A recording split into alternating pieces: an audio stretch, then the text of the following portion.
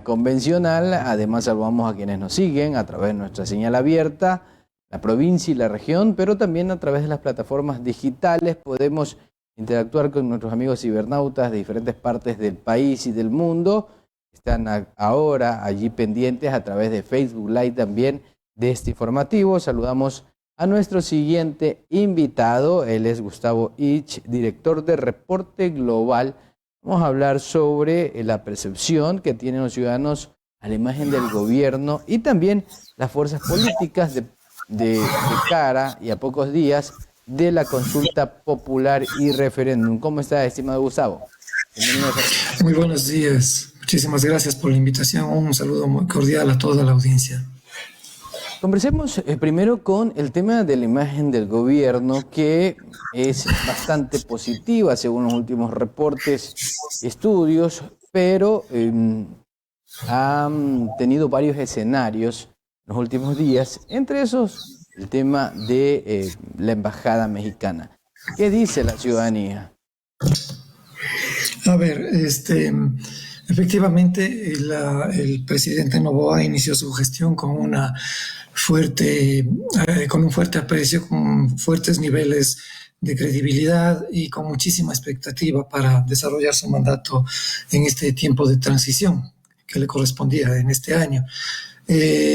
Decisiones como las que tomó fundamentalmente en relación con el enfrentamiento a la delincuencia consolidaron esa percepción.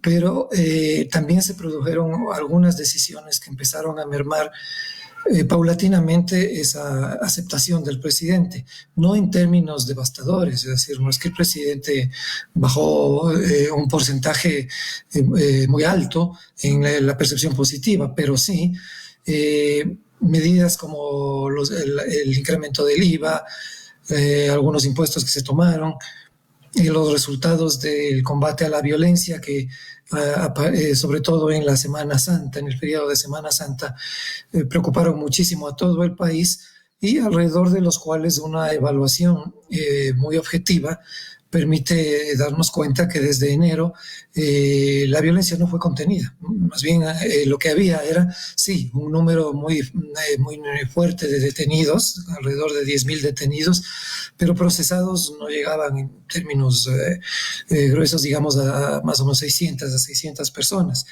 Desde enero hasta las masacres y lo que ocurrió en el periodo de Semana Santa, habían producido una serie de hechos violentos que nos estaban mostrando que la lucha contra la delincuencia y el crimen organizado no estaba siendo tan efectiva, y todos sabemos que ese es el tema de mayor preocupación de los ecuatorianos. Luego poco antes del periodo de Semana Santa, la calificación del gobierno era del 57.4 de aceptación, lo cual, siendo un capital político muy importante, ya acusa una baja muy fuerte, porque además otras medidas como restar el presupuesto de las universidades, pese a que les ofreció en campaña fortalecer el trabajo joven y multiplicar el empleo, 162 millones de dólares menos para las universidades significa un golpe muy severo a la educación, y sin educación ningún país puede salir adelante. Prometió no explotar el Yasuní y más bien extendió durante un año más la explotación en ese sector, en el bloque 43 del ITT.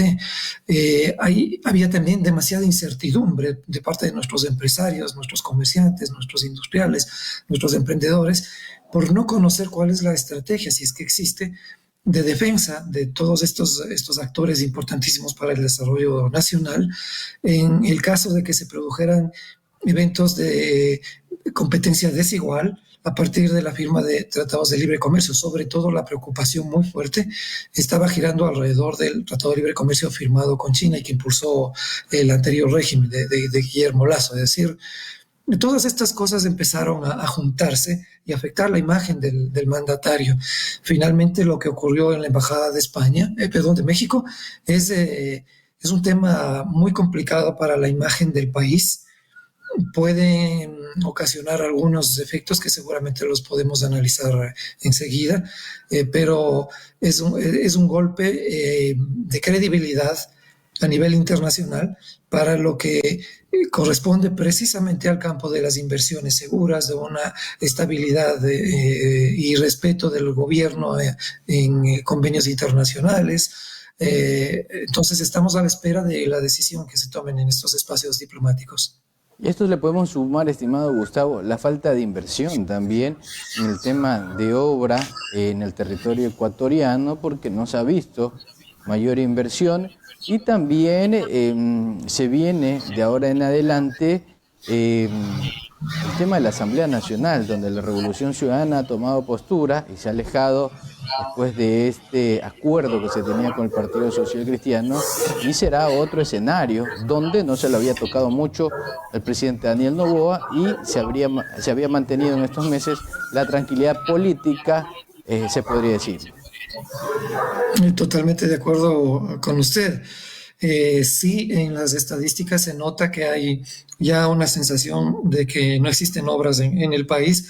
Claro, porcentualmente la preocupación en relación a ese tema no era comparable con la preocupación sobre el aparente fracaso de la contención de los grupos organizados de delincuencia, y la falta de inversión se muestra a partir de la crisis económica en la que el presidente privilegia el pago de los tenedores de deuda, de los tenedores de la deuda externa, acreedores de la deuda externa, condona deudas a grandes deudores de la banca o de empresas muy fuertes, pero seguimos con niveles de desempleo adecuado que ya no logran pasar de más del 60%, es decir, se han estancado en más del 60% de personas que no tienen empleo adecuado, no hay mejoría. Efectivamente, otra de las consecuencias que se produce con el asalto a la embajada mexicana, porque el primero es volver a encarcelar al ex vicepresidente Glass. El segundo efecto puede decirse que tiene que ver precisamente con esa apuesta muy arriesgada de haber violentado la extraterritorialidad y la inviolabilidad que están garantizadas en los espacios consulares, merced al artículo 22 de la Convención de Viena, y haber maltratado a sus funcionarios, haber incautado aparentemente incluso teléfonos y creo que una computadora, una laptop del ex vicepresidente dentro del territorio de la embajada, lo cual es terrible, ¿no? Entonces, la sensación que queda es un país dividido, un país que sospecha que aquí hubo una maniobra política, sabiendo, calculando que el problema principal es la inseguridad.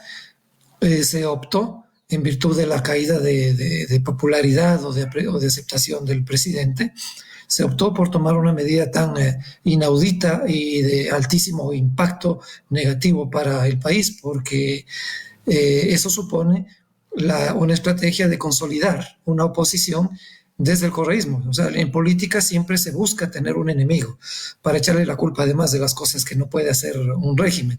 Y en el contexto de la consulta, pues las personas que no quieran votar sí en todas las preguntas o que quieran escoger las preguntas que pueden tener una afirmación, un voto afirmativo o un voto negativo, tienen todo el derecho de hacerlo y no necesariamente son correístas, pero la estrategia de comunicación de la política del gobierno fue juntarnos a todos los ecuatorianos que no coincidimos con su opinión, empezó a manejar epítetos groseros respecto a la ciudadanía que estaba opuesta de alguna manera o que ya estaba manifestando sus dudas respecto a la consulta y a las implicaciones de esta, sobre todo de las dos últimas preguntas, porque todos sabemos que las 9 primeras ni siquiera tenían que haber sido consultadas. La Asamblea podría haberlos resuelto sin ningún problema, pero nos gastamos 65 o 62 millones de dólares en una consulta donde solo 2 preguntas le interesan al régimen y a los ecuatorianos. La primera es la que tiene que ver con una potencial precarización de la laboral de los trabajadores ecuatorianos, y la segunda es la que, mire usted lo que son las cosas, el arbitraje, si estamos de acuerdo con que haya un arbitraje internacional cuando se presenten conflictos de interés de inversiones aquí en el Ecuador. Pero lo que hacemos al haber irrumpido en la embajada mexicana y haber hecho lo que hicimos, nos volvió al siglo en el que éramos una república bananera, ¿no? Nos consideraban en el resto del mundo como una república bananera que no entiende lo que es la democracia, que no ha evolucionado políticamente, y más allá de que estamos la mayoría de ecuatorianos hartos de la corrupción, hartos de la impunidad, y necesitamos que el gobierno, el Estado tome las medidas correspondientes para frenar esta situación. Pues eso no es tampoco razón que justifique lo que pasó en la Embajada Mexicana. Por eso es la reacción internacional en los distintos foros. ¿Y qué tendrá sus consecuencias a corto y mediano plazo? Por ahora no la sentimos, pero va a llegar. Es muy probable porque, a ver, el foro de la OEA, por ejemplo, es un foro bien polémico, ¿no? Hay países que se han salido de los cánones y las normativas de esta organización, pero finalmente sigue concentrando a la mayoría de naciones del país. No puede sancionar a menos que la gran mayoría tome una decisión de expulsar de la OEA al Ecuador por haber hecho lo que hizo. Recordemos cuando se produjo la invasión del Ejército de Fuerzas Especiales de Colombia en Angostura, en Ecuador, se produjo un incidente internacional, se dialogó en Brasil, en Itamaraty, y finalmente lo que se hizo es un pedido de disculpas públicas y un llamado a la atención del gobierno colombiano. No pasó de allí, y por lo general no pasa de allí lo que puede o no puede hacer la OEA. Lo preocupante es que México anunció ya el miércoles que una denuncia que iban a presentar en la Corte Internacional de Justicia, y eso sí es grave.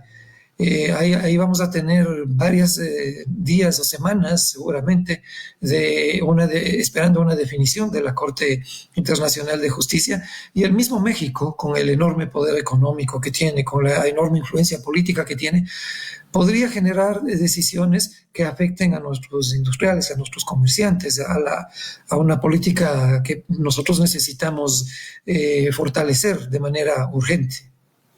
Gustavo, para culminar, empieza la recta final o empieza la recta política con la consulta popular de cara ya a las elecciones presidenciales en febrero del 2025, porque esa también es otra de las acciones que se deben analizar en base a la imagen que deberá consolidar el presidente Daniel Noboa y las otras imágenes que se presentarán para la papeleta presidencial y también para la conformación de la Asamblea. Claro, hay una sensación, una percepción dividida en el Ecuador en relación a todo esto, porque estábamos ya los ecuatorianos, en algunos sectores por lo menos, empezando a discutir sobre precisamente las implicaciones de la consulta, los posibles riesgos que podrían encontrarse, sobre todo, insisto, en las dos últimas preguntas, tomando partido en algunas organizaciones a favor o en contra, total o parcialmente, respecto de la consulta popular. Y es evidente que esta acción del gobierno es enmarcada en el contexto de lo que estamos señalando. Tiene un cálculo político, eso no puede pasar desapercibido. Si es que el vicepresidente se fugaba, digamos, evadía la justicia por el indulto que le concedió México, más allá de que haya sido una decisión muy cuestionable, incluso se argumenta a través del convenio de Caracas que eso no se podía hacer porque el señor Glass tenía 2 sentencias ejecutoriadas por delincuencia común, ¿no? Por asociación ilícita. Más allá de todo eso, es evidente que si él evadía la justicia ecuatoriana, habría sido un golpe muy severo para las intenciones del presidente de ganar la consulta. Creo que logró el objetivo de distraer la atención de los ciudadanos, porque todos dejamos de hablar de la consulta, dejamos de hablar de las elecciones, dejamos de hablar de la inseguridad, dejamos de hablar del incremento de 376% en las extorsiones en los primeros 3 meses de este año, dejamos de hablar de las masacres, de los explosivos puestos en 3 estadios del país. Es decir, la delincuencia nunca fue contenida. Estábamos en ese diálogo democrático, crítico, y de repente pasa lo que pasa en México. Muchos de nosotros, muchos ecuatorianos, creemos que eso fue una estrategia política de distracción y de cohesión, insisto, para hacer un movimiento falso, ¿no? No todo el que esté en contra de una, dos o tres preguntas de la consulta o de todas, es automáticamente un correísta. Quisieron cohesionar alrededor del correísmo, que tiene en algunos sectores una muy mala percepción, como que todos los ecuatorianos fuésemos parte de la misma lógica, y eso además es un irrespeto al ciudadano y a su capacidad de procesar los procesos, valga la redundancia, de procesar los proyectos, las oportunidades que se le presentan para enfrentar las situaciones graves que el país está viviendo ahora mismo, ¿no? Y desde hace algún tiempo. Muchas gracias, estimado Gustavo Ich, director de Reporte Global. Siempre es importante tener el criterio de Gustavo, que tiene un análisis bastante claro de lo que viene pasando en el país, en lo que tiene que ver a la imagen